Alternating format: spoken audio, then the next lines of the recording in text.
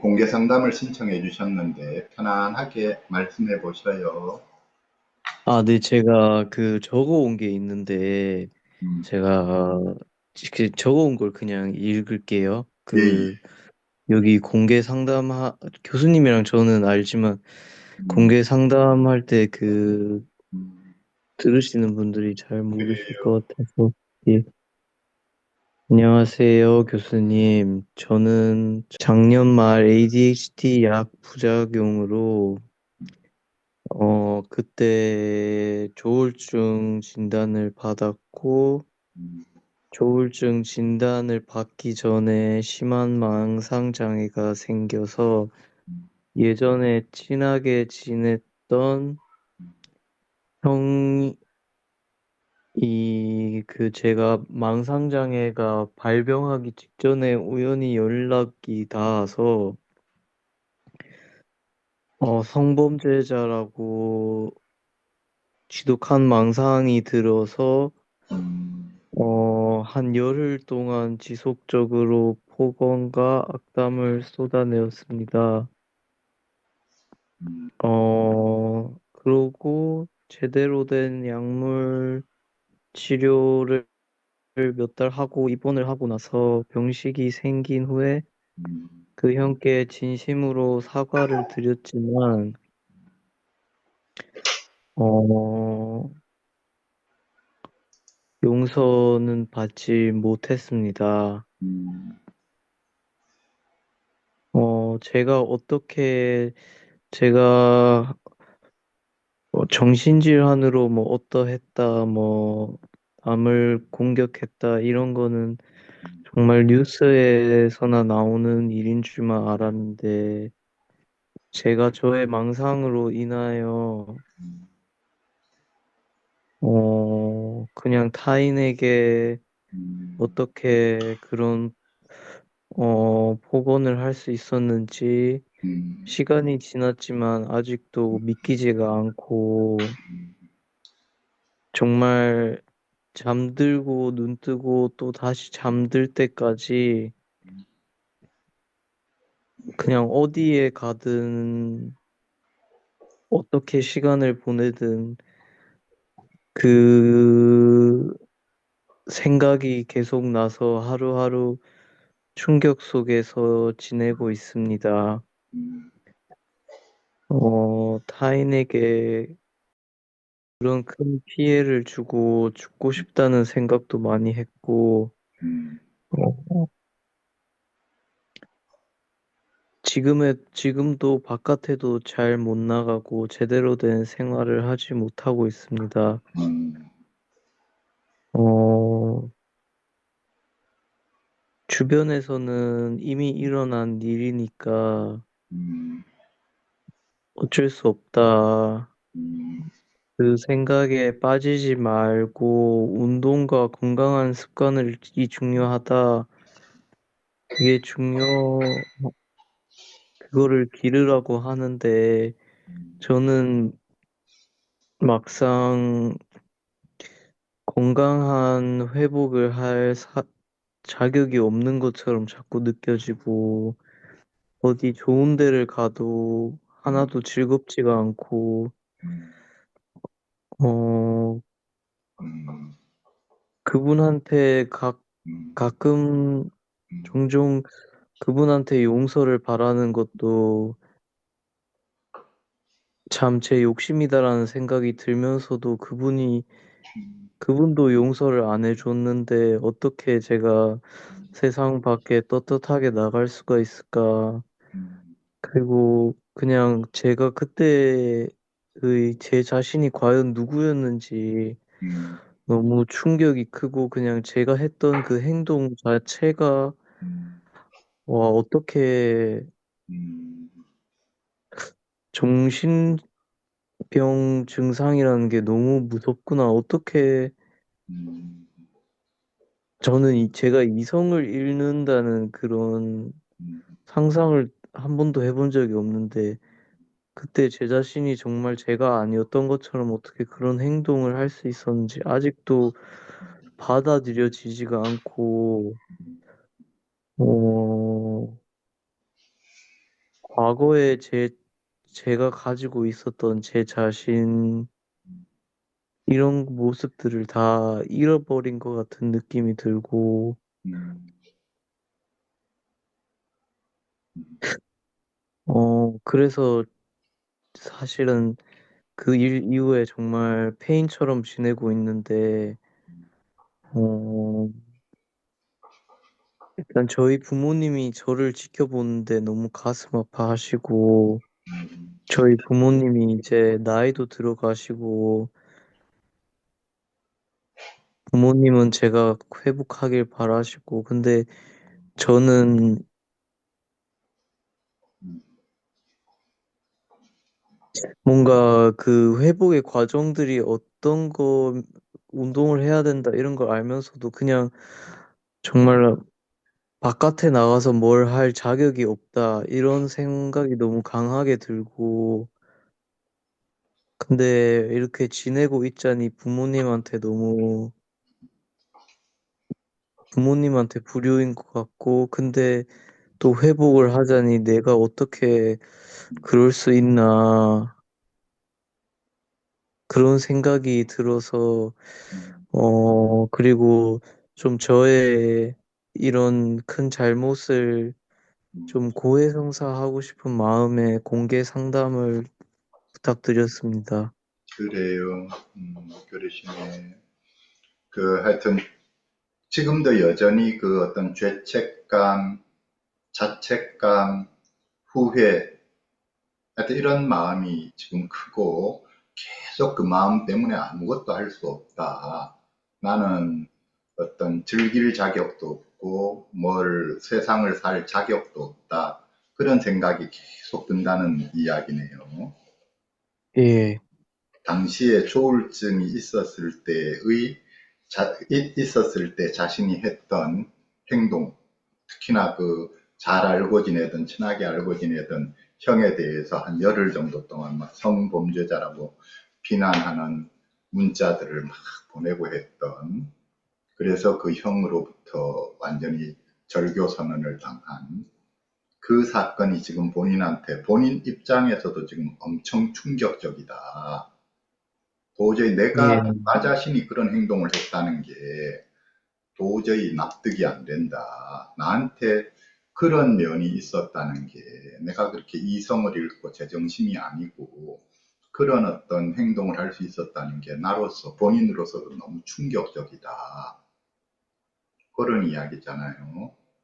예, 솔직히 말해서 이게 시간이 반년이나 더 지났음에도 불구하고 음, 좀 받아들여지지가 않는 것 같아요. 제가 그 행동을 했지만 어떻게 그게 음, 제 자신의 모습이었는지 음, 음. 좀 그러니, 충격이 좀 굉장히 큰 것 같습니다. 그러니까 그 사건이 자신이 생각하는 자신의 이미지를 확 망가뜨렸나 봐요. 그냥 제 이미지를 망가뜨렸다 이런 것보다도 그냥 음, 내가 어떻게 타인한테 그런 행동을 할 수 있었는지 좀 받아들여지지가 않는 것 같습니다. 그래서 있을 수 없는 일이야. 있을 수 없는 일이야. 그렇게 되는 거네요. 예, 내가 너무너무 큰 잘못을 했다. 심하게 표현하면 나 같은 건 인간도 아니다. 이런 느낌이네요. 예, 음, 세상 살 자격이 없다. 다른 사람들한테 자칫하면 위험하다. 이런 거네요.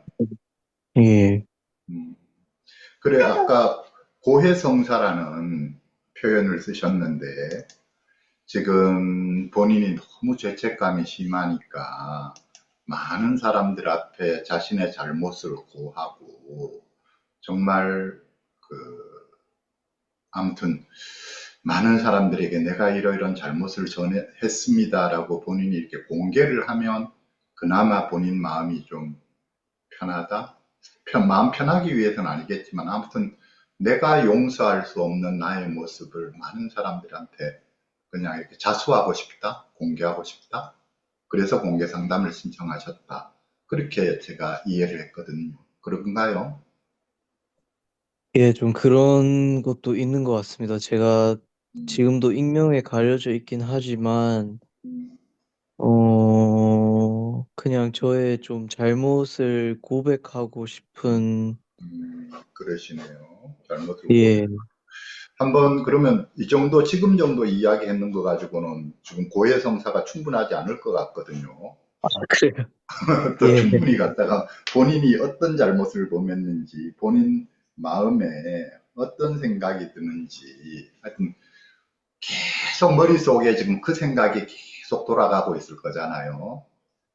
그 생각에서 예. 도저히 빠져나올 수 없다. 계속 6개월째 지금 계속 그 생각 중에 있다. 근데 본인의 그 머릿속에서 돌아가고 있는 그 생각을 그냥 말로 자세히 다 한번 표현을 한번 해볼래요. 세상 사람들한테 내 머릿속에서 계속 이런 생각이 돌아가고 있습니다 하고 한번 자세하게 한번 이야기를 한번 해주시죠. 그냥 눈 떴을 때 약간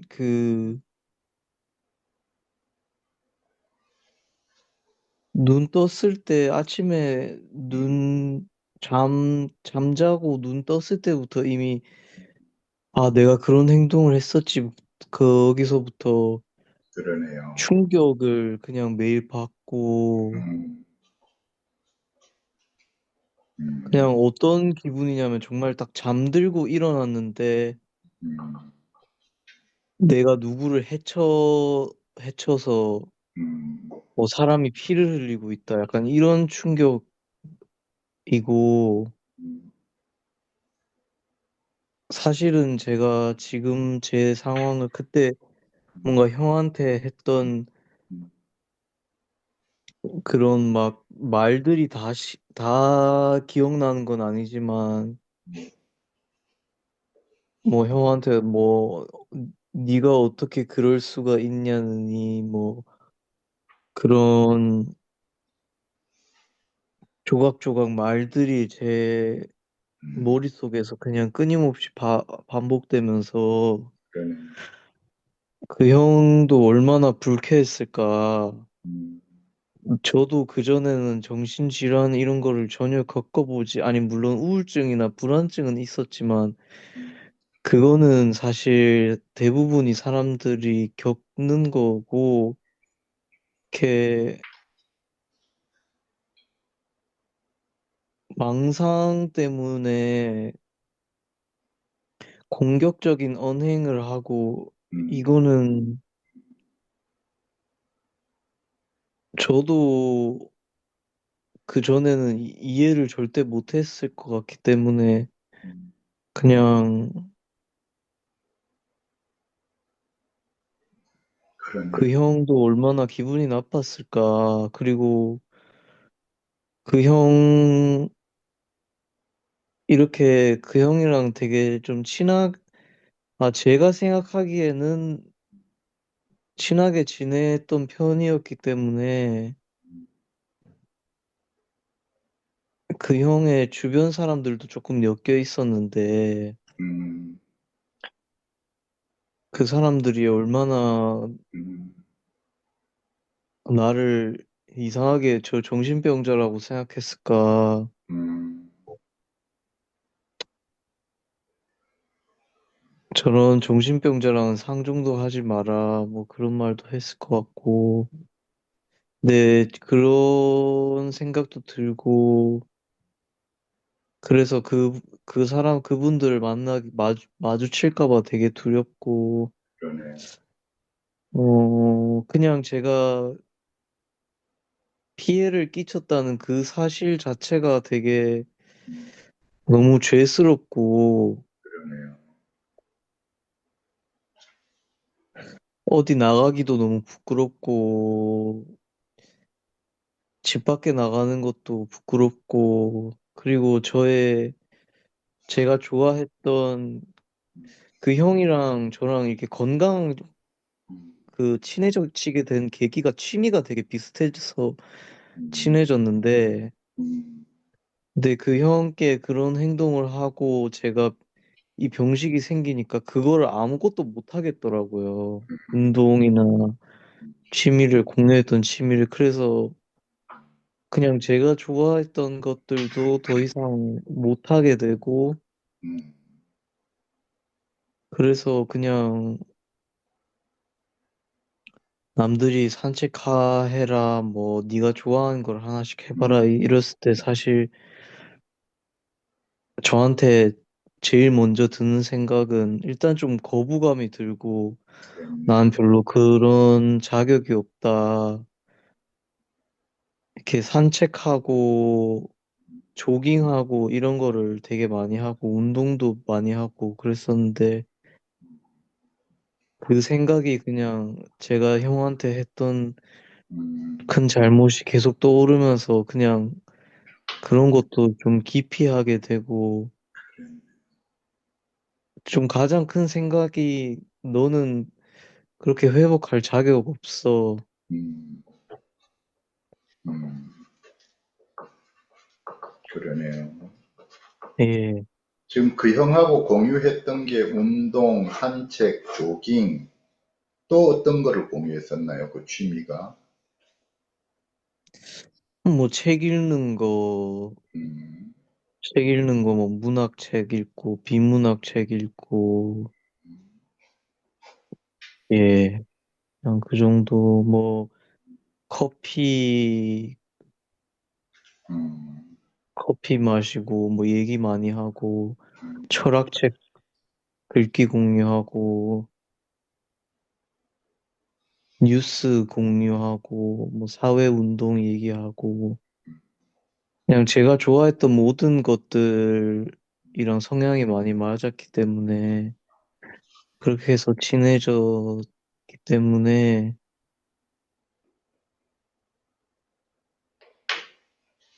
그러네요. 그럼 요즘에는 커피도 못 마시나요?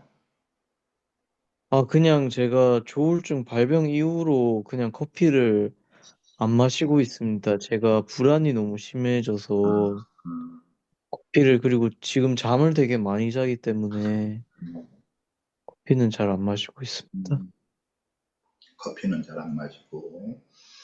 지금 예, 이제 내가 알고 있기로 그 형이 서울에 사니까 본인은 서울에는 절대 못 가겠다. 서울이라는 도시 자체가 본인한테 두려운 곳? 예.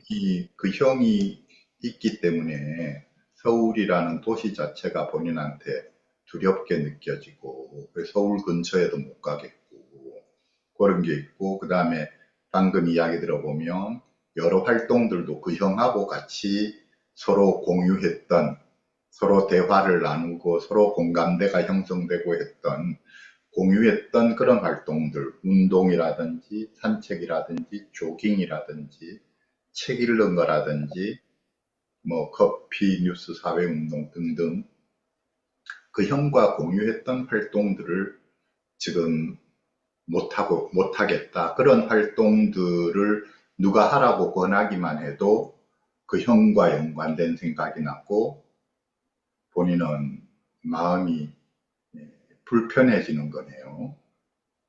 그냥 마음이 너무 아프고 그 생각이 계속 나면서, 그러네요. 내가 그냥 그런 걸 할 자격이 없다. 그런 생각이 계속 듭니다. 근데 교수님, 음, 음, 그때 제가 발병 상황을 조금 설명을 드리자면, 그래요. 제가 왜 그 형한테 그렇게 꽂혔는지, 음, 그것도 그게 성범죄자라고 오해를 했는지 음, 설명을 좀 드리자면, 제가 그때 만나던 동거하던 여자친구가 있었는데, 음, 그 여자친구가 그때 살던 음, 저 도시의 다운타운에 음, 같은 동네에 있던 남자한테 이렇게 성범죄를 당해서 음, 저한테 그거를 얘기를 해주고, 음, 제가 그래서 그 친구랑 교제하는 몇 달 동안을 이렇게 걔가 잘 때마다 이렇게 악몽을 꾸고 그러는 걸 봤어요. 그러면서 제 안에 그 발병, 제가 지금은 몰랐는데, 아니, 그때는 몰랐는데, 음, 그 발병할 당시에 저의 분노가 너무너무 커져 있어가지고, 그때 걔가 저한테 자기한테 리무진은 절대로 태우지 말라 이런 얘기를 했었는데, 그게 막 리무진만 보면 막 엄청 제가 쫓아가고, 경찰들이 한테 신고를 했는데, 음, 경찰이 그거를 제대로 대응을 안 해줘서 그 사람이 무혐의로 풀려나고 이랬는 거 보고 제가 그때 경찰한테 엄청 적개심을 가지고 있는 상황이었는데 근데 그때 우연하게 그 형이랑 사이가 멀어져 있었는데 다시 연락이 닿아가지고 제가 연락이 닿았구나. 음, 근데 그러고 나서 얼마 후에 제가 어떤 글을 읽었는데 저랑 제가 알고 있는 어떤 글을 읽고 그냥 형이라고 음, 망상이 생겨서 근데 그 형 말고 다른 남자 그 제가 같은 수업을 들은 남자한테도 그 사람이 뭔가 굉장히 나쁜 의도를 가지고 나한테 접근한다. 이런 성적인 의도를 가지고 나한테 접근한다. 이래서 제가 엄청 화를 내고 음, 그 사람과도 관계가 끊긴 적이 있거든요. 그래서 뭔가 왜 제가 그렇게 성범죄에 대해서 약간 집착을 하고 남들한테 음, 망상이 생기고 그랬는지 조금 궁금하기도 하고, 음, 궁금은 아니지만 그냥, 왜 그렇게 됐을까? 왜, 음.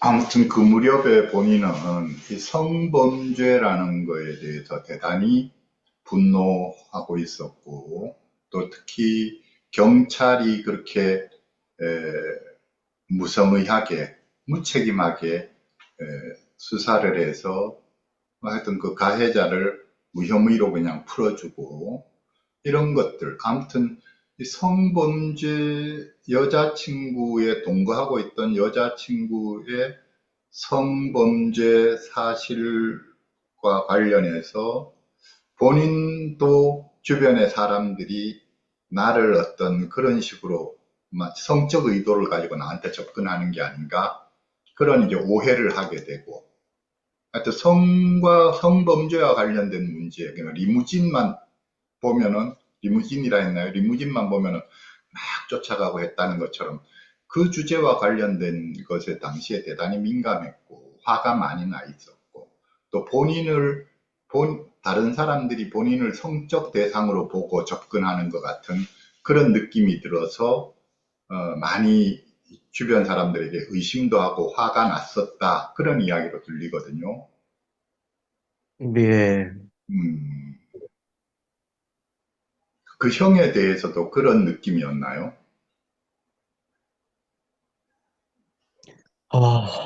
근데 저는 조금,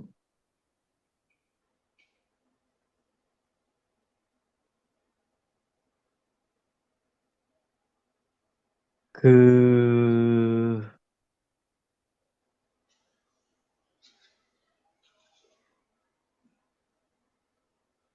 그 형에 대해서도 제가 약간 기억이 되게 뒤죽박죽 돼가지고 그때 조증이 너무 심했어서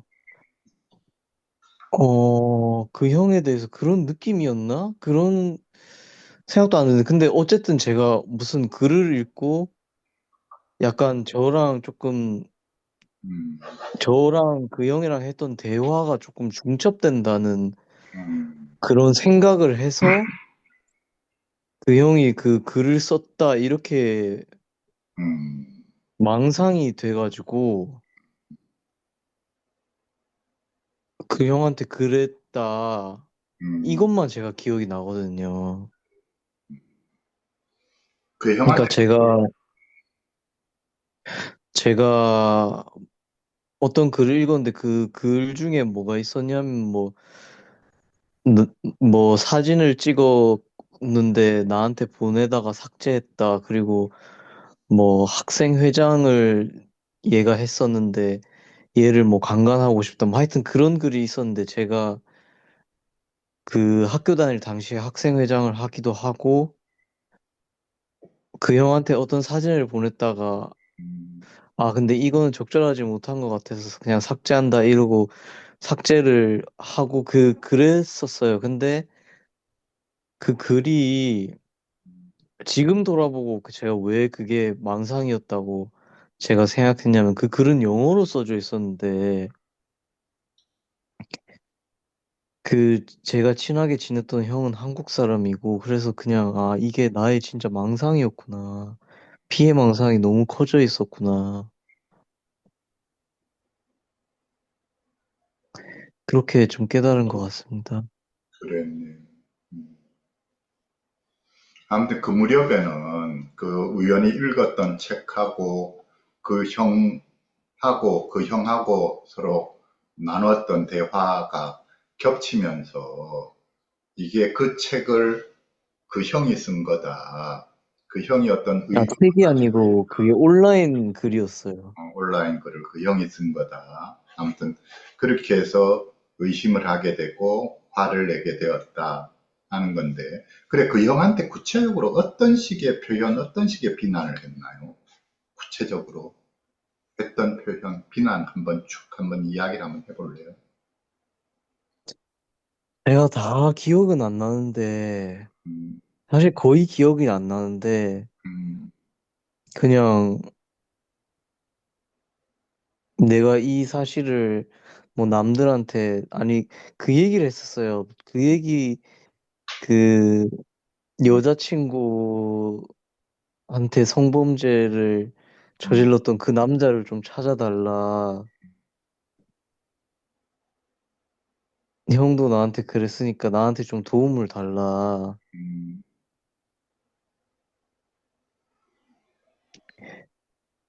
그리고 내가 이거를 남들한테 얘기 안 하게 나는 최선을 다할 거지만 형도 최선을 다해줘야 된다. 나를 도와줘야 된다. 음.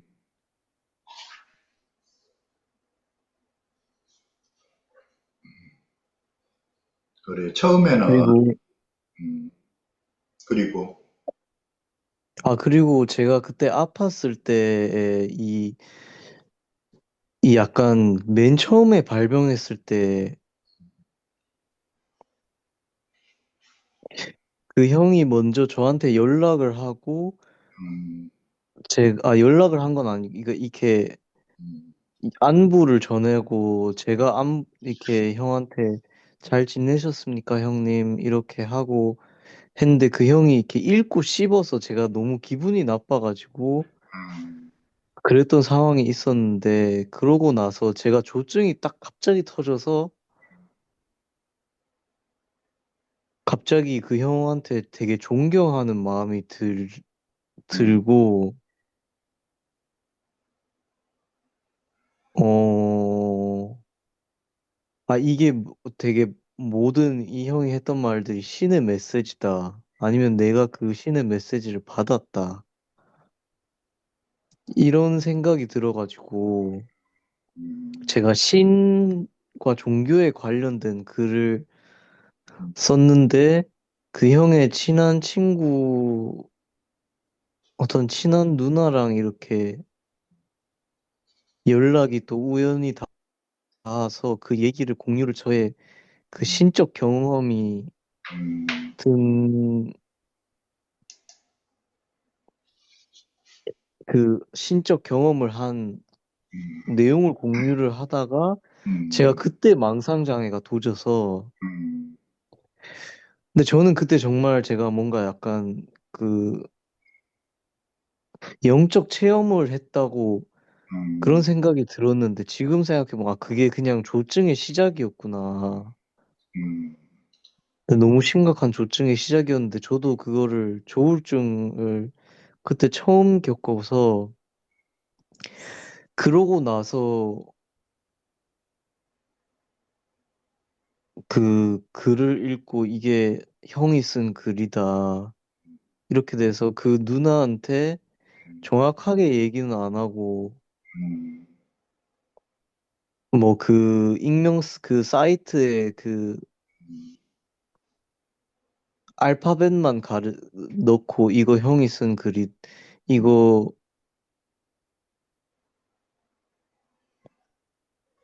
그 형이 쓴 글이다 얘기는 안 하고 음, 그냥 그 알파벳만 올려놓고 뭐 어떻게 그럴 수가 있냐. 음, 근데 그 누나는 아 제가 이상한 말 하니까 그냥 바로 차단하고 음, 그러고 나서 제가 가장 기억에 남는 게 내가 그 누나 앞에서 정확하게 얘기 안 했다고 해서 음, 지금 편하게 발 뻗고 자냐고 음, 그 얘기가 좀 저는 좀 음, 그러네요. 그게, 저한테 좀 충격으로 음, 많이 남아 있습니다. 음, 그러니까 그 형한테 이제 그렇게 비난하는 문자를 보냈다는 거죠. 내가 그 네, 누나한테 그 사실을 정확하게 말하지 않았다고 지금 발벗고 자느냐. 뭐 네, 비난 문자를 보냈었다. 음, 그런 거. 네, 아무튼 그 시절에 본인이 했던 구체적인 어떤 표현들은 잘 생각이 안 나지만, 그 중에 몇몇 개만 생각나고, 잘 생각이 안 나지만, 한 열흘 정도 동안 본인이, 처음에는 본인이 그 형한테 나를 좀 도와달라. 내 여자친구가 성범죄를 당했으니까 범인을 찾는데 나를 좀 도와달라. 라고 하다가 그 다음에는 이제 그 형에 대해서 의심하고 화를 내기 시작했다. 맥락이 그렇게 된 거고. 본인은 계속 그 형이 본인의 문자를 씹고 있는데 점점 이제 화가 났던 것 같아요. 그러니까. 예, 좀 그랬던 것 연락이 같습니다. 되다가 바로, 예, 예. 처음에는 제가 음, 그때 그 문자를 제가 얼마 전에 다 읽어보진 않았는데 제가 사실 이것에 대해서 경찰 자백을 해야 되나 이런 생각이 들어가지고 음, 음, 음, 그 문자들을 잠깐 이렇게 이렇게 좀 첫 음, 부분에 대해서 이렇게 봤는데 그 형한테 뭐 존경하고 사랑한다는 말을 그렇게 막 써놨더라고요. 음, 저는 이게 비난만 했다고 기억을 했는데 그래서 그것도 되게 충격이었는데 왜냐면 이게 뭐 말이 안 되는 제 기억 속에서도 말이 안 되고 제가 그때 그 상황에서 뭐 형을 존경하고 사랑한다는 말을 왜 했는지도 그게 또 안 하고 음, 왜 이 형이 나를 보러 와준다고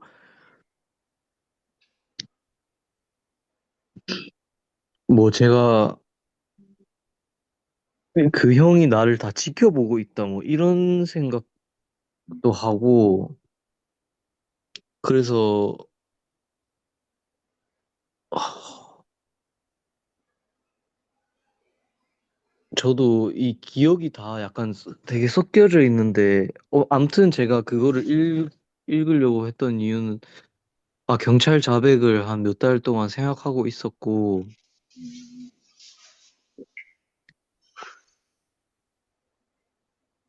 어 근데 제가 안 하기로 마음먹은 이유는 이게 피해자한테 무조건 연락이 가야 된다고 하더라고요. 그래서 저는 그분이 마지막으로 대화를 했을 때 자기는 이 사건 때문에 더 이상 괴롭지 않은 상황이니까 그냥 용서할 상황도 아니고 그냥 자기는 더 이상 할 말이 없고 그냥 여기까지 했으면 좋겠다. 이렇게 연락이 와서 그러네요. 제가 그분께 이 일으로 더 이상 음, 접근을 하기가 싫더라고요. 이게 그래요. 변명일 수도 있는데, 근데 아무튼 그 저의 그 형한테 보낸 메시지들이 처음에는 존경한다고 했다가 그 신적 체험을 하면서 존경한다고 했다가 그 망상이 생겨가지고 그 어떤 글을 읽으면서 다 형이 썼다고 생각을 하고 아무튼 점점 더 공격적으로 간 거는 맞는 것 같습니다. 제가 그 그러니까 병원 입원하기 직전까지. 처음에 존경한다고 카톡을 썼을 때부터도 그 형은 답장이 없었잖아요. 차라리 카톡을 차단해 줬으면 좋았을 텐데 카톡 차단도 안 해두고 본인은 계속 카톡을 보냈는데 그 형은 완전히 읽고 그냥 씹는, 그러니까 전혀 반응이 없는 그 상태에서 본인이 계속 카톡을 보내게 되면서 한 열흘간에 걸쳐서 점점 처음에는 존경한다, 도와달라 이런 식으로 보내다가 나중에는 형을 성범죄자로 의심하고 형을 비난하고 이런 식으로 카톡의 내용이 변해갔던 것 같은데, 지난번 상담 때 들었던 바로 계속 그 형은 무반응인 상태에서 계속 본인이 카톡을 보냈던 거 아닌가요? 그 무렵에? 예, 맞습니다. 그때 그 제가 다시 기억하기로는 처음에 연락이 닿고 그 형의 친한 친구분과 연락이 닿아서 약간 셋이서 얘기하는 도중에 저의 망상장애가 생겼고 근데 저는 제 망상 속에서 그 형을 조금 지켜주고 싶다는 마음이 생겨서 그 누나랑 있었던 방에서는 정확하게 얘기를 안 하고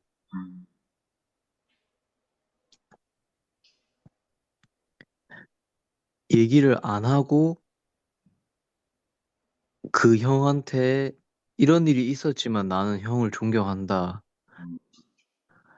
나는 여전히 우리 사이의 의리가 중요하다고 생각한다. 이런 맥락에서 형한테 존경한다.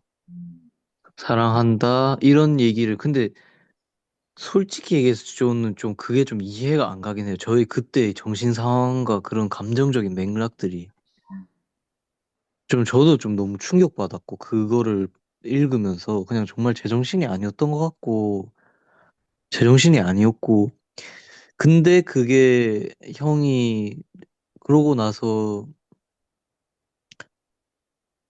저희 형이 근데 제가 한번 저희 형도 아는 형이었기 때문에 저희 형한테 형이 답장이 안 오니까 한번 연락을 해줄 수 있냐 인가 아니면은 내가 이런 굉장히 이상한 체험을 했는데 형이랑 한번 의논해 줄 수 있냐고 해서 근데 저희 형도 제가 좀 이상하다는 거를 그때 좀 알았기 때문에 그분한테 직접 연락을 드려서 지금 좀 아픈 상태다. 음, 좀 이상한 말을 좀 했을 것 같은데 다시 연락이 오거든.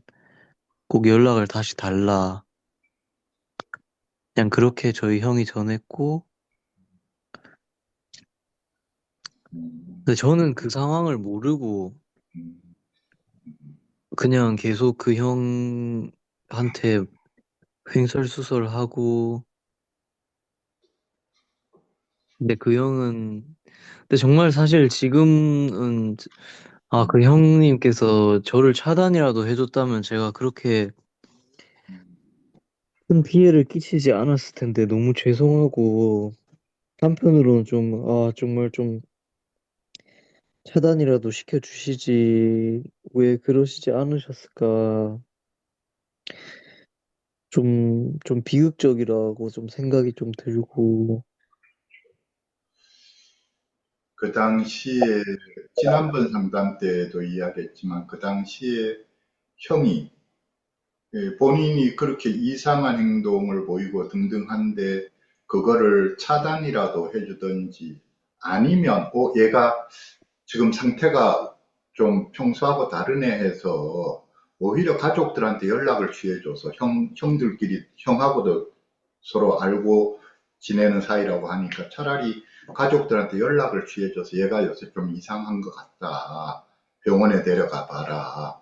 라고 한다든지 뭔가를 도움을 줬으면 좋았을 텐데 완전히 그 전에까지 그렇게 친하게 잘 지냈던 형인데 너무 무관심한 방치 내지는 결국 나는 더 이상 나하고 이런 아무 일에도 엮이고 싶지 않다. 일체 연락 안 해줬으면 좋겠다는 식으로 왔기 때문에 거의 버림받은 것 같은 느낌이란 말이에요. 가장 내가 절실히 도움이 필요했던 시기에 믿었던 사람한테서 철저히 뭐라 그러나 외면당하고 버림받은 것 같은 상황. 예, 그냥 저는 그냥 좀 그 상황이 좀 너무 안타깝다고 생각이 든 게, 음, 그 뭔가를 좀 바랄 수는, 제가 어쨌든 가해를 한 입장에서 뭔가 바랄 수는 없지만 그렇게 제가 너무 이상한 문자를 보내고 그러는데, 저희 형이 일단 이상하니까 음, 혹시 이상한 문자를 계속 보내거든 좀 연락을 달라 이렇게 부탁을 드려 음, 부탁을 드려서 그냥 한 번이라도 진짜 이상한 말을 한다, 뭐 공격적인 말도 하고 무슨 사랑한다고 존경한다고 했다가 이 글이 형이 쓴 글이지 저 글이 형이 쓴 글이지 뭐 뭔가 말도 안 되는 말을 한다 이랬으면 제가 조금이라도 더 빨리 병원에 좀 강제 입원을 하지 않았을까. 그러면 그 형님한테도 제가 그렇게 공격적인 언행을 더 길게 하는 그런 상황이 없었지 않았을까. 그네요. 그 제가 좀 병원에라도 좀 오래 있고 그러면 좀 가족들이 내가 어떤 상황인 줄 알았으면 좀 더 적절한 조치가 취해지지 않았을까. 제가 병원에 뭐 한 달이라도 입원해 있던지. 좀 그런 점에서 좀 제가 격리되어야 있어야 할 상황에서 격리되지 않았다는 게 제가 조금 많이 유감스럽기는 합니다. 안타까운 일이죠. 그때 그 형이 본인한테 정말 인간적으로 관심이 있고 했다면 가족들한테 연락을 해주거나 해서 어떤 조치를 취할 수 있게 해줬어야 되겠죠. 근데 그 형은 어, 뭔가 이유를 정확히는 알 수 없지만 아무튼 얘하고는 상종을 하지 말아야 되겠다. 이렇게 해서 그냥 연락을 탁 끊는 걸로. 그러다가 보니까 본인 입장에서는 처음엔 도움을 청했는데 읽고 답이 없고 하다 보니까 점점 나중에 감정이 이제 화를 내는 쪽으로 갔던 것 같다 싶고요. 근데 처음에 도움을 청하려고 할 때에도 보니까 그 존경한다 하면서도 그 맥락에는 저게 있네요. 나는 당신이 어떤 성범죄자인 걸 알지만 그거를 내가 당신을 보호하는 차원에서 내가 발설하지 않을 것이고 그럼에도 불구하고 나는 당신을 존경한다. 이런 뉘앙스네요. 뉘앙스가. 저도 좀 이해는 안 가는데 좀 그랬던 것 같습니다. 지금의 그 생각으로는 좀 말이 안 되는데 그냥 우리 사이에 의리가 있었기 때문에. 그리고 그 제가 그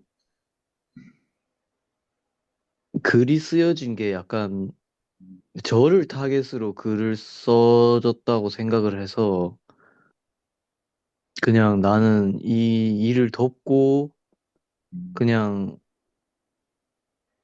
형과의 의리를 지키겠다. 이런 망상이 있었던 것 같아요. 음, 음, 그러네. 왜냐하면 그 글에 음, 제가 학생회장을 했었는데 뭐 그러니까 학생회장에 대해서 뭐 그 글의 어떻게 한다. 주인공이, 그 글의 주인공이 본인이라는 느낌이 들었던 모양이네요. 예. 그 내가 궁금한 거 좀 하나 물어볼게요.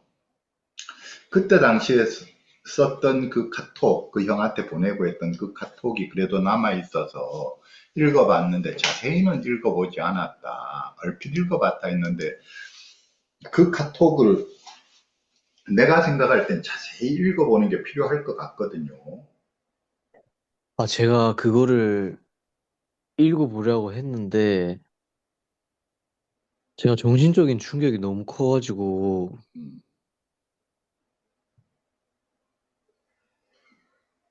근데 읽어봐야 교수님 될 것 같아요. 그거를 어.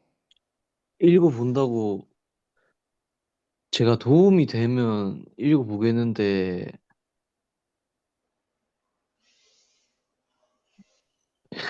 그게 너무 제가 좀 비겁한 생각인지 모르겠지만 좀 너무 힘들더라고요. 그걸 다 읽는데 그냥 누가 봐도 이거는 제정신이 아닌 사람의 글이라 가지고 읽기에 너무 힘들고 본인이 너무 고통스럽고 그래서 이제 안 읽고 피하고 싶은 거죠. 그럼에도 예. 불구하고 내가 생각할 때는 읽는 게 매우 중요하거든요. 근데 본인이 왜 만약에 읽는 게 혼자 있는 시간에 읽기 힘들다면 옆에 가장 믿을 만한 분, 엄마라든지 예, 형이라든지 누군가가 아마 어머님이 가장 편하겠죠. 어머님이 한쪽에 계시면서 어머님께서 그 내용을 보지는 않더라도 한 공간에 있는 상태에서 본인이 그 글을 읽는 방식으로라도 읽어내야 되거든요. 근데 그게 읽는 게 어떤 의미가 있나요, 교수님? 음, 본인이 생각할 때는 본인은 힘드니까 이걸 읽는 게 별 의미가 없을 것이다 라고 생각하는 것 같은데 그게 일종의 직면이거든요. 그러니까 반대되는 단어를 이야기하면 회피고 그러니까 문제를 극복하기 위해서는 직면해야 된다.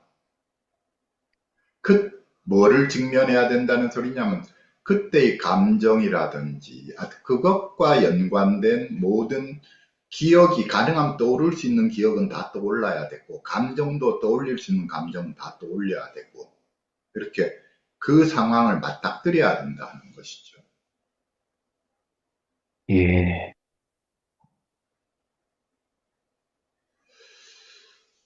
이게 혹시 중간에 힘들 때 요새는 공황 증상이 이제 안 올라오죠.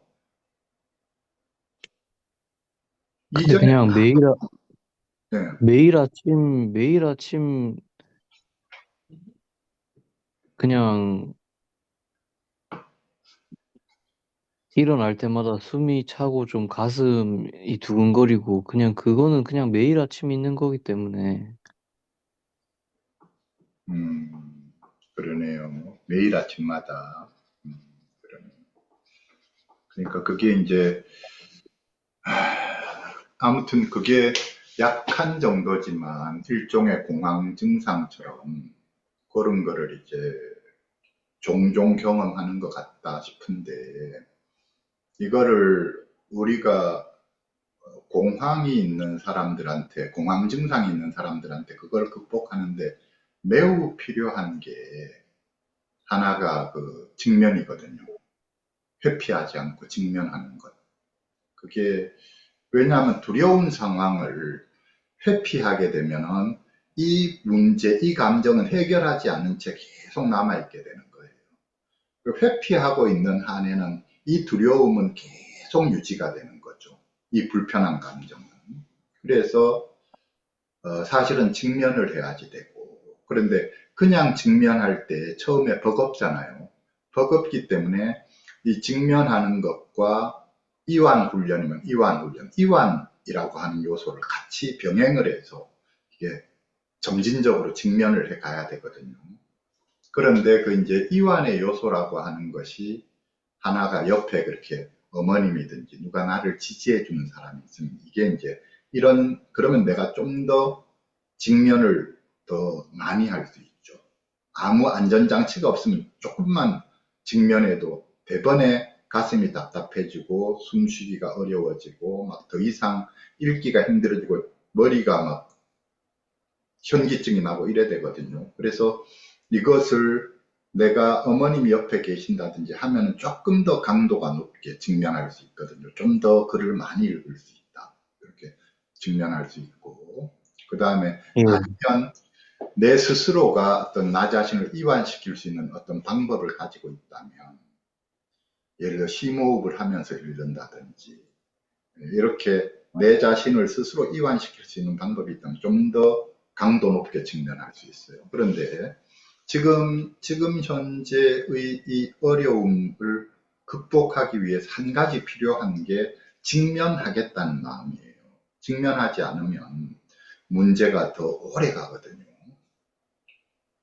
그래서 내가 볼 땐 그 글은 그 기록은 언제 읽어도 반드시 읽어내야지 될 글이에요. 그 당시에 썼던 글들. 예, 어떤가요? 지금의 내 말이 처음에는 그게 나한테 무슨 도움이 되느냐라고 했는데 내가 지금 강력하게 그것을 본인이 읽어내야 된다. 극복하기 위해서는 읽어내야 된다라고 이야기를 했는데 내 말에 지금은 동의가 되나요? 아니면 지금도 여전히 동의가 안 되나요? 어떤가요? 잘 모르겠습니다. 잘 모르겠어요. 예, 본인한테는 심정적으로는 그 글을 읽고 싶지 않다네요.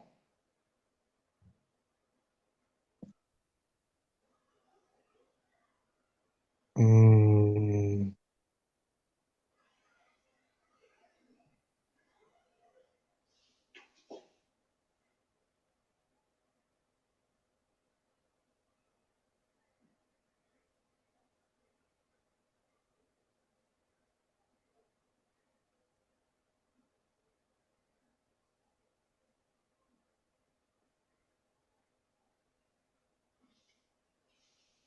좀,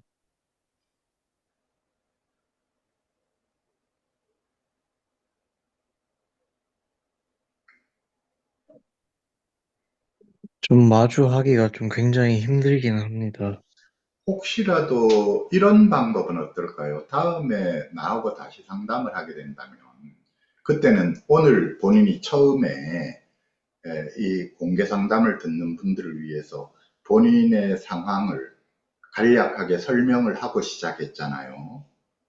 그것처럼 예, 다음에 나하고 만약에 상담을 하게 된다면 그 카톡을 쭉 읽고 쭉 읽는 거를 시작으로 해서 읽을 수만 있으면 처음부터 끝까지 다 읽고 나하고 상담을 하는 게 어떨까요? 나하고 상담 시간에 그걸 나한테 읽어주면 어떨까요? 본인이. 예, 내 생각에는 그 글들이 상당한 의미가 있다고 생각이 되거든요.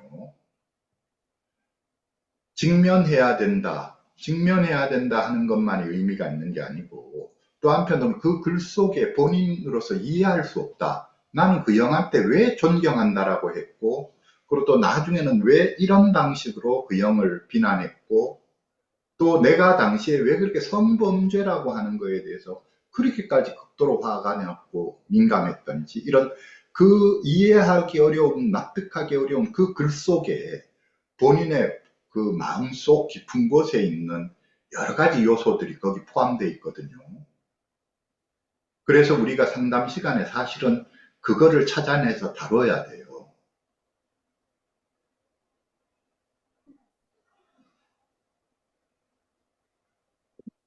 근데 저는 그때 그 망상 속에서 제가 한 행동 그 자체가 너무 충격이어서 음, 그거를 다시 좀 읽고 그렇게 하는 게 상대방한테 도움이 된다면 그렇게 하고 싶지만 그게 제가 그런다고 해서 일단은 상대한테 도움이 되는 것도 아니고. 상대방이야 연락을 차단한 상태니까 그 형한테는 도움이 안 되겠지만 본인 자신에게 도움이 되죠. 두 가지 면에서 도움이 됩니다. 하나는 본인 자신이 지금처럼 이렇게 계속 생각이 돌아가고 있는 매일처럼 이 생각 속에서 빠져 지내는 이것을 우리가 침습적 반추라 하거든요. 본인은 지금 침습적 반추 속에서 지내고 있고 그것과 연관된 공황 증상 내지는 그것과 연관된 우울증을 지금 경험하고 있거든요. 이 상태에서 못 빠져나오고 있는 거예요. 계속 함정에 빠진 것처럼. 6개월 이상 계속 지금 이 상태에서 침습적 반추가 계속 돌아가는 거예요. 계속 우리가 그 반추라고 하는 건 되새김이거든요. 우리가 소화가 안 돼서 음식물을 자꾸 되새기듯이 소가 되새김질하듯이 내가 당시에 일이 소화가 안 돼서 계속 내가 되새김질을 하는데 이게 내가 되새김질을 하려고 하는 게 아니라 저절로 아침에 일어나자마자부터 시작해서 수시로 나도 모르게 머리에 떠올라서 계속 이 되새김질을 지금 하고 있는데 소화가 안 된다. 해결이 안 된다는 소리거든요. 이 상태에서 못 빠져나오고 있는 거예요. 거의 함정에 빠진 것처럼 6개월째 지금 계속 이 상태 속에서 지내고 있는데 이 상태에서 빠져나오기 위해서는 그것이 직면이 필요하다. 그 아, 이야기예요. 예, 알겠습니다. 예, 빠져나오기 위해서는. 그래서 자기 자신이 이 상태에서 빠져나오기 위해서 그 글을 다시 읽어보는 게 필요하다. 그냥 그리고 단지 다시 읽어보는 것이 아니라 할 수만 있다면 상담 시간에 그 내용을 다루는 게 필요하다. 왜냐하면 그 내용이 헛된 내용이 아니라 그 안에 중요한 본인 자신의 어떤 속마음 이야기들이 들어있다는 거예요. 예, 그래 직면해야 된다. 내가 불편하다고 피할 게 아니라 직면해야 된다 하는 그 이야기를 하나 할 수 있고요. 그러면서 우리가 이후에 만약에 상담을 좀 더 꾸준하게 하게 된다면 반드시 다루어야 되는 하나의 주제가 성범죄예요. 왜 내가 예, 성범죄라는 거에 그렇게 분노했을까? 그거에 그렇게까지 충격을 받아서 여자친구가 성범죄 당한 거에 그렇게까지 내가 충격을 받아서 완전히 차를 어떤 특정 종류의 차를 보면 내가 막 쫓아갈 정도로까지 그렇게 분노했었던가. 거기에는 반드시 나한테 그것과 관련된 어떤 고리가 있어야 이게 걸리는 거거든요. 우리가 외부 세상에 어떤 내한테 어떤 사건이 일어났을 때 이것이 나한테 심각하게 딱 걸려지는 건 내한테 이 고리가 있기 때문에 걸리는 거예요. 고리가 없으면 안 걸려요. 그게 내가 그렇게까지 분노했다는 건 내 안에 성범죄와 관련된 어떤 분노할 만한 내가 뭔가 민감하게 느끼는 내 안에 뭐가 있다. 이게 뭘까? 요거를 우리가 상담 시간에 다루는 게 좋다는 거죠. 그래야 이후의 세상살이에서 비슷한 사건이 일어날 때 안 걸리는 거예요. 이게 내 안의 문제가 해결이 되면 안 걸리는데 해결이 안 되면 수시로 이게 걸릴 수 있죠. 이렇게. 그래서 반드시 성범죄와 관련된 어떤 본인 안에 어떤 분노, 그것이 본인을 자극하는 민감한 주제일 수밖에 없는 뭔가가 있을 것 같다는 게 제 짐작이에요. 아, 성과 예, 관련된 저는 문제를. 그거는 제가 좀 알고 있는 게 제가 그렇게 여자친구의 상황에 대해서 민감하게 반응했던 이유는 제가 사실 그 청소년기 때 친척, 친척으로부터 좀 음, 성추행을 당했는데 그랬네요. 이렇게 자다가, 예, 근데 그때 저희 그 주변의 어른들이 이렇게 제가 이걸 사실을 알렸는데 그 할머니가 절대로 알면 안 되니까 할머니한테 얘기하지 말아라.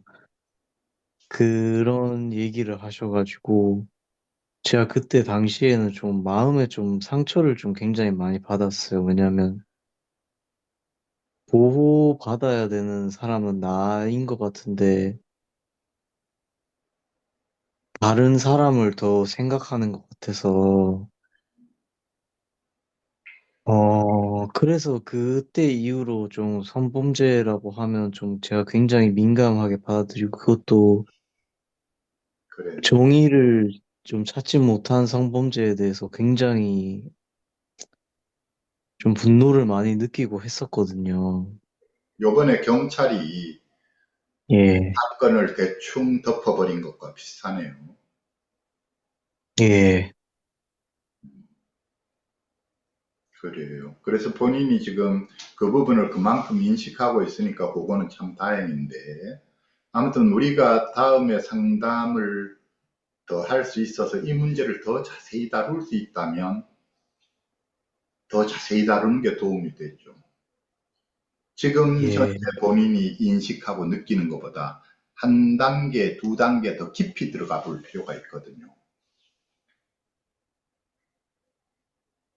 예, 교수님. 요거는 향후에 과제로 남겨두고 아무튼 우리가 상담에 다룰 수 있으면 다루면 좋겠다 이야기. 그럼 제가 지금 이야기했던 게 하나가 그 문자 안 읽고 있는 그 문자 읽으면 좋겠다. 그거 직면해야 된다. 요거 하나 이야기했고 음, 성범죄 부분 이후에 우리가 다룰 수 있으면 다루면 좋겠다 이야기했고 그 다음에 제가 궁금한 거 하나 오늘 이 상담을 공개 상담 시작할 때 본인은 많은 사람들 앞에 자기의 죄를 고해성사하고 싶다 했는데 혹시나 오늘 이 공개 상담하는 본인의 막연한 의도 중에 하나가 그 형, 알고 지내던 형, 그래서 사이가 이번에 완전히 끝나버린, 그리고 용서를 받지 못했던 그 형이 이 공개 상담 영상을 봐줬으면 하는 그런 어떤 마음이 있지는 않은지, 그래서 화해할 수 있는 계기가 됐으면 하는 그런 마음이 있는지, 아, 그런 건 전혀 없습니다. 그런 건 전혀 없어요. 이젠 더 이상 용서나 화해는 기대하지 않는 건가요? 아, 용서를 해주신다면 참, 아니, 근데 용서라기보다는 그냥 그때 제가 그냥 병중의 상황이었고, 저의 본질이 아니라는 것만 이해해 주신다면 너무 좋겠지만, 그럴 일은 없을 것 같고, 화해는 솔직히 바라지도 않습니다. 저도 불편하고, 그냥 그런 행동을 했던 타인에게 화해를 바라는 것조차 불편하고, 그냥 이거를 공개 상담하고 싶었던 이유는 그냥 조금 저의 잘못을 그냥 좀 고백하고 싶은 마음이 좀 커서 그냥 그런 것 같습니다. 화해가 불편하다는 것은 본인 마음 속에 단지 미안함만 있는 게 아니라 내가 잘못했다만 있는 게 아니라 그 형에 대한 서운함이나 화나는 것도 있는 거네요. 아, 그런 거는 없습니다. 그래요. 예. 그냥, 그냥 제가 저지른 잘못이 너무 커서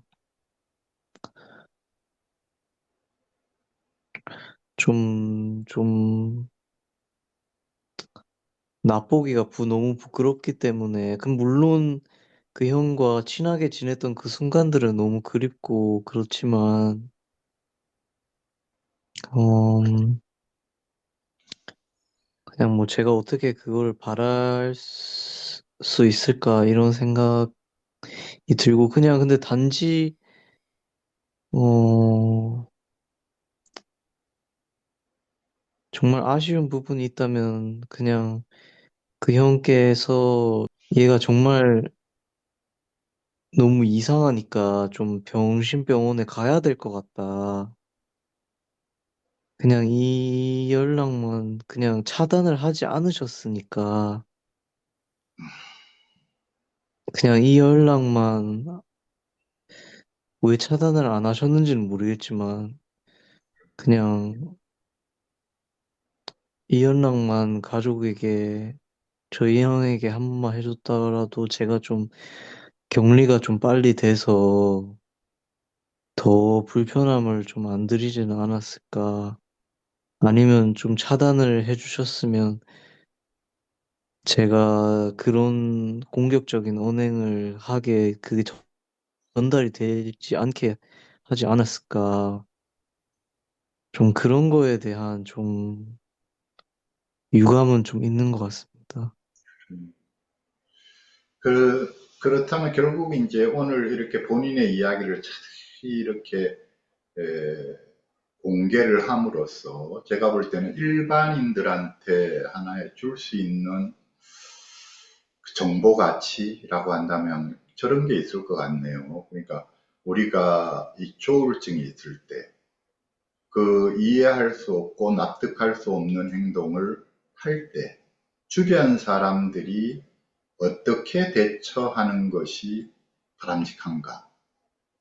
요번에 그 형처럼 대처를 하는 방법은 바람직하지 못했죠. 그러니까 주변 사람들이 평소하고 다르다는 것을 알아챘을 때 어떻게 하면 좋을지에 대해서 지금 좀 생각을 해보게 하는 그런 정보가 있는 것 같고, 그 다음에 또 하나는 조울증이 발병했을 때 그 막 엉뚱한 행동을 보이고 이상한 행동을 보일 때 본인의 내면에서는 저런 일들이 일어나고 있구나. 그래서 저런 이상한 말과 엉뚱한 말을 하는구나. 하고 그 조울증을 지닌 사람들의 활성기 상태에 대해서 일반인들이나 주변 사람들이 좀 더 이해할 수 있게 해주는 정보 가치가 있는 것 같네요. 오늘 본인의 이야기 들을 그런가요?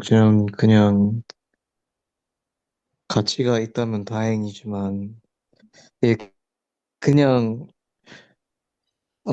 제가 듣는 분들에게 이야기하고 싶은 거가 있다면,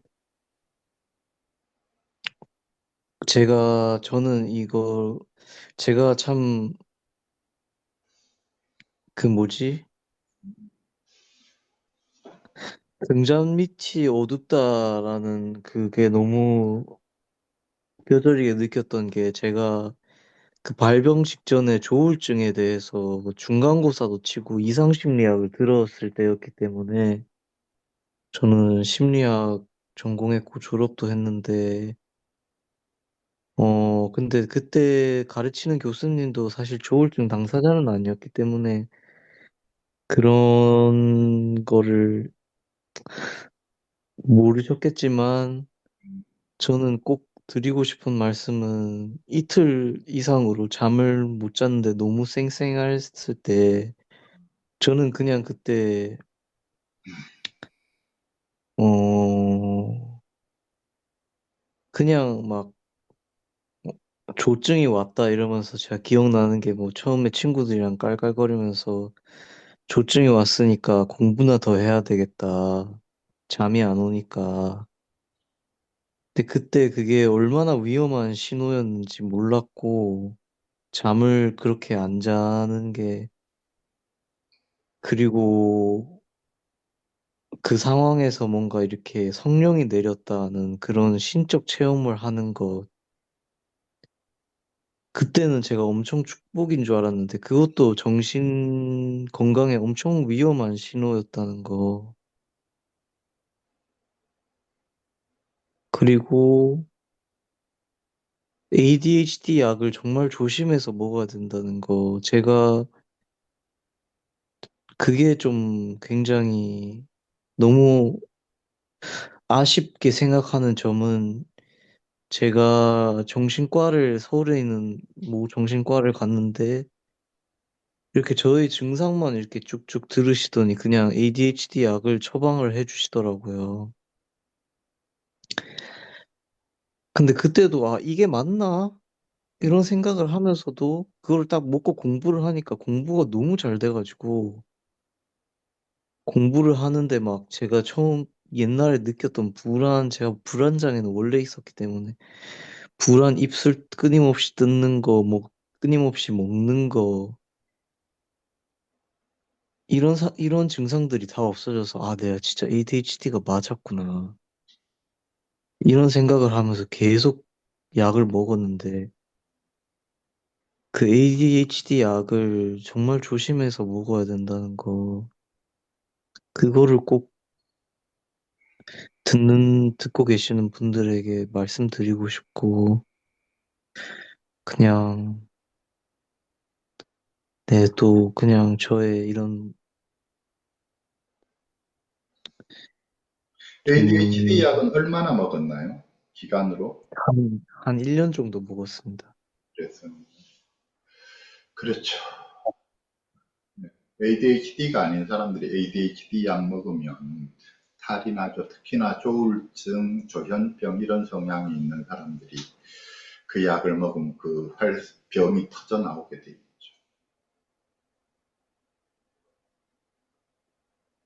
그런 이야기들을 사람들이 좀 알았으면 좋겠다 싶은 거네요. 네.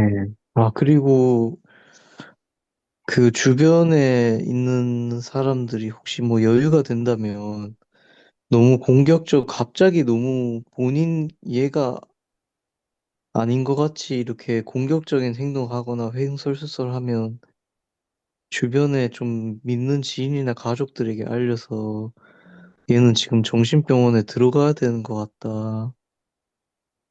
그런 도움을 줄 수 있다면 참 좋을 것 같습니다. 왜냐하면 저는 그때 당시에 캐나다에 혼자 있었고 가족들도 아무도 없는 상황에서 제가 그렇게 이상하게 행동한다는 거를 그때 여자친구도 제가 조금 이상하게 행동하니까 바로 헤어지고 제가 혼자 남아져 있던 상황이었거든요.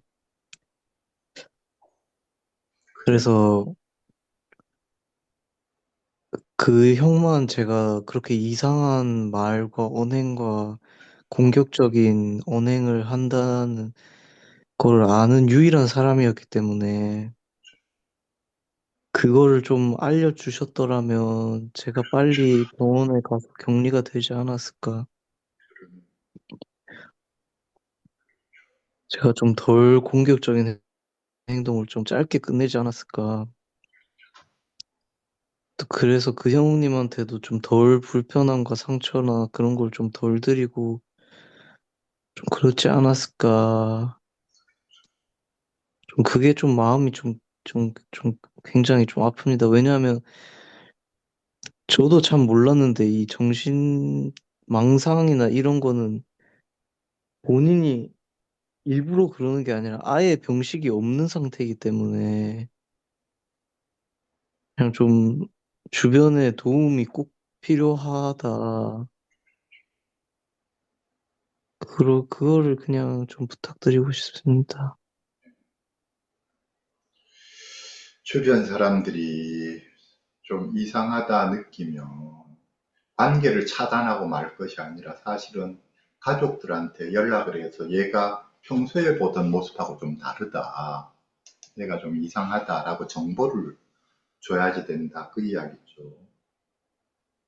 예, 그러면 참, 예, 중요한, 좋겠다는 생각이 듭니다. 예. 중요한 이야기예요. 중요한 이야기예요. 예. 그래, 이제 오늘 본인 이야기 내가 하나만 더 이야기할게요. 본인이 내가 아까 앞에 그 이야기 했잖아요. 지금 6개월간 계속 침습적 반추 속에 있다. 제가 이제 이야기를 했는데, 이 침습적 반추에서 빠져나오는 매우 중요한 걸로 내가 앞에서 직면 이야기했잖아요. 직면. 예, 그리고 또 매우 중요한 게 자기 노출이에요.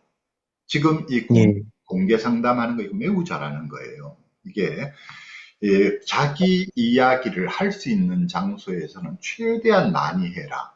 라고 하는 거예요. 그래서 부모님한테도 이야기할 수 있으면 최대한 그 시절이 한 번 했다고 끝나는 게 아니에요. 최대한 생각날 때마다 자꾸 이런 생각이 난다, 저런 생각이 난다, 자꾸 이야기를 해야 되고, 안에 걸 자꾸 끄집어내야 된다. 소리. 자기 노출, 자기 공개, 자기 표현이 그 같은 말인데, 내 말을 들어주는 사람이 있다면 그 사람한테 충분히 다 꺼내라. 그래서 부모님이 이야기를 잘 들어주면 부모님한테 계속 오늘은 이런 생각이 났다, 또 어떤 생각이 났다, 계속 이야기를 하셔야 되고, 상담을 받는 게 매우 좋아요. 상담자한테 다 끄집어내야 돼요. 그리고 또 만약에 친한 친구가 있다면 친한 친구한테 끄집어내고 반복적으로 자꾸 끄집어내야 돼요. 이것을. 그래서 안에 속에 있는 것을 다 끄집어내야 된다. 자기 노출을 해야 네, 된다. 하나는 그러니까 직면해야 되고 자기 노출해야 되고 그 다음에 사회적 지지가 매우 중요해요. 사회적 지지라고 하는 건 작게는 가족의 지지. 가족들이 그 편이 돼서 이야기를 잘 들어주는 거죠. 옳다, 그르다 하지 않고, 그걸 분별하려는 마음 없이, 그랬구나, 그랬구나, 그렇게 힘들었구나, 지금도 그렇게 힘들구나 하고, 가족들이 잘 받아주는 거, 잘 받아주고, 잘 다독여주고, 위로해주고, 공감해주고, 품어주고, 이런 가족의 지원, 지지. 나아가서 친척이라든지 친구라든지 또는 어떤 공동체라든지 아무튼 주변 사람들이 받아주고 품어주는 만큼 빠져나오기에 수월해요. 그래서 오늘 직면, 자기 노출, 그리고 지지, 주변 사람들의 지지. 이 세 가지 지금 예, 그게 매우 중요한 요소다 이야기를 했거든요. 이야기를 했 예, 그 본인도 본인 입장에서 더 해야 되는 건 그렇잖아요. 이제 주변 사람들의 지지 지원이라고 하는 건 요건 주변 사람들이 해야 되는 일이고 본인이 해야 되는 것은 직면 그리고 자기 노출 이 두 가지는 본인이 해야 되죠. 예, 직면하고 용기를 내서 직면해야 되고 이 둘 다가 용기가 필요해요. 직면도 용기가 필요하고 자기 노출도 용기가 필요하고 이렇게 예, 얘기하고요. 그 다음에 너무 뭐라 그러나 서두르지 않는 게 매우 중요해요. 이게 하루아침에 탁 끝났으면 좋겠다는 게 간절한 바람이겠지만 이게 앞에 내가 비유했듯이 함정에 빠진 것처럼 계속 못 빠져나오고 계속 같은 생각이 돌아가고 있거든요.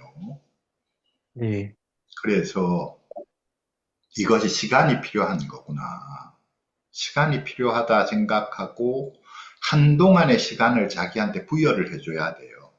부여를 해줘야 되는데 그래서 이제 내가 알고 있기로 이전에 발병 이후에 한국에 들어와서 입원해서 치료했고 그 다음에 퇴원해서 집에서 지내다가 지금은 미국에 있는 형한테 가서 지내다가 잠시 미국 안에 어떤 시골에 가서 지내고 있다고 들었는데 시골에 가서 지내니까 좀 그래도 마음이 편하다 들었거든요.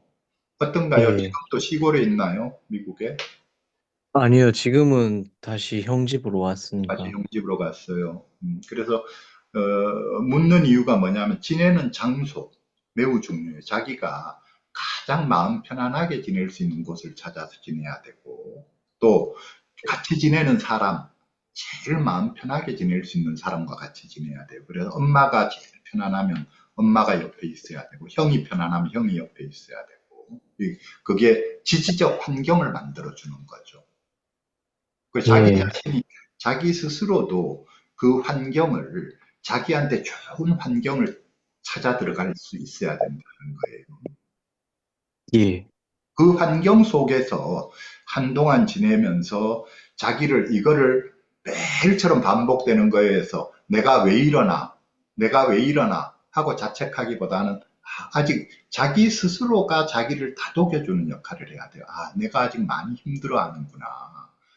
내가 많이 고통스러워하는구나 하고 주변 사람들의 지지가 필요하다는 것처럼 자기가 자기 자신을 지지해주고, 그러니까 격려해주고, 위로해주고, 공감해주고, 다독여주고, 스스로 자기를 다독여주는 게 필요해요. 쥐어박지 말고. 잘못하면 자기가 자기를 쥐어박거든요. 쥐어박지 말고, 자기한테 잘해줘야 돼요. 다독여줘야 돼요. 근데 저는 그게 되게 힘든 게 제가 음, 어쨌든 이렇게 남한테 피해를 줬는데 이게 그냥 제가 우울증에 걸려서 이렇게 우울한 것만 몰라도 음, 남한테 피해를 주고 제가 어떻게 스스로를 다독여야 되는지 그게 조금, 그러네요. 그러니까 이제 일단 다독이는 거의 첫 단계는 있는 그대로 받아주고 그대로 느껴준다. 어떤 본인한테서 속상해하는 마음이 올라오면, 아, 그래, 내가 속상해하고 있구나. 화나는 마음이 올라오면, 아, 내가 화가 나 있구나. 또 자기를 용서할 수 없다는 마음이 올라오면, 아, 내가 이런 나 자신을 용서할 수 없다는 이런 마음이 자꾸 올라오는구나 하고, 있는 그대로 자기 마음을 있는 그대로 그냥 받아주고 해결하려고 하지 말고, 일단 있는 그대로 받아주는 게 필요해요. 예, 교수님, 감사합니다. 어떻게 제 말이 이게 조금 어떻게 해야 되는지 좀 와닿나요? 있는 그대로 받아줘라. 예, 조금 와닿습니다. 조금. 다는 잘 모르겠지만. 그래. 그래, 이제 내 생각에 오늘 공개 상담은 이 정도 하면 될 것 같거든요.